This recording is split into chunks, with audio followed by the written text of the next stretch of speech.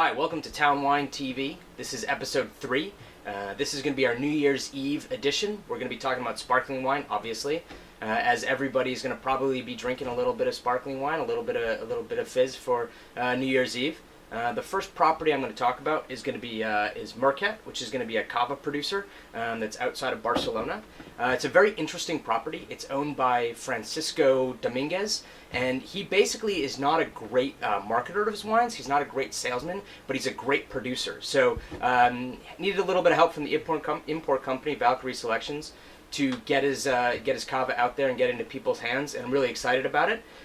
One of the things that's interesting about cava is actually it actually has 6 appellations across the country that use to make it. Unlike Champagne, Champagne's a region, and it's the appellation is defined by the region. This is defined by the method. So this is made in the method of Champenois. If it's not made in that method, it can't be cava. So you're getting a really interesting wine. You're getting a lot of richness. You're getting good detail to it. You're getting a lot of pears and apples in the nose. You're getting really good acidity. You're getting a little bit of minerality. You're getting a little bit more of a tropical note on the palate. So really exciting wine that's made.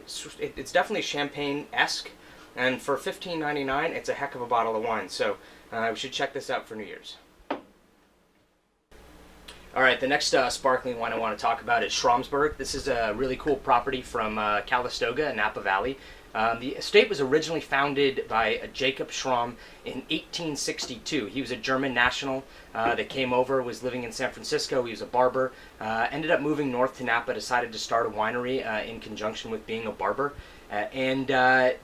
Making some interesting wines. It fell into disrepair. There was not a lot going on there, and it was in 1965 that the modern era of Schramsberg started, when the Davies family bought the property with the goal of making really good sparkling wine. And this is an example of what they're doing and what they're all about. So this is a 2009 vintage Blanc de Blanc, 100% Chardonnay, which gives some good richness to the wine. It's really detailed. Immediately in the nose, you get a lot of pineapple, you get a lot of pears, you get a little bit of minerality. And compared to the Marquette, this is a little bit more, it's a little bit classier, a little bit bigger, really good bubbles on it.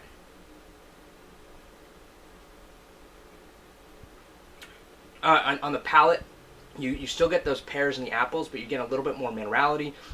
You're getting a little bit more cream, a little bit more richness to it. Really cool stuff. The Chardonnay really shines in this.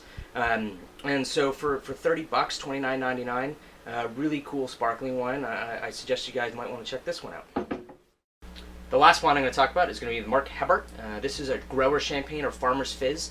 Grower champagne is this new class of sparkling wines coming out of Champagne that are driven by the growers rather than the big negociant houses.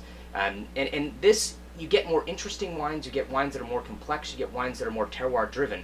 And the reason that is in the case of a big negociant house, they can buy whatever they want, and they're encouraged to buy underripe fruit, essentially, because it weighs more. They can make more juice, they can make more champagne. The growers are encouraged to do this because they make more money.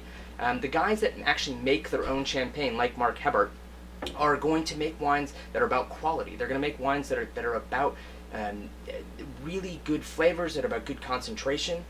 So this is going to be representative of his vineyard holdings, which are 75% Pinot Noir and 25% Chardonnay. His champagnes are always very detailed. They're very aromatic. Charming is certainly a word for them, without question. You get a lot of lime, citrus, you get a little bit of anise in the nose. Pretty good bubbles to it. It's got good energy.